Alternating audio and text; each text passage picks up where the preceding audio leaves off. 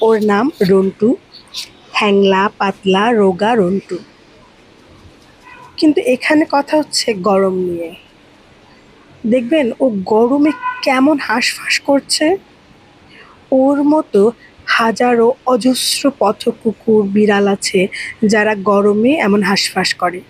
শুধু কুকুর বিড়াল নয়, যে কোনো পশু পাখি, গরু মুরগি হাঁস কবুতর যাই বলুন না কেন, তারা গরমে এমন হাঁসফাঁস করে। মুরগিগুলোকে দেখেছেন খাঁচায় কেমন করে, গরুগুলো কিংবা হাঁস কিংবা কবুতর। আসুন আমরা ওদের প্রতি একটু সহায় হই, ওদের এই যন্ত্রণাদায়ক জীবন থেকে ওদেরকে একটু মুক্তি দেই। অবশ্য রন্টুর জন্য খাবার এবং পানি দুটোই দেওয়া হয়। রন্টু সময় মতো খাবারও পায়, পানিও পায়।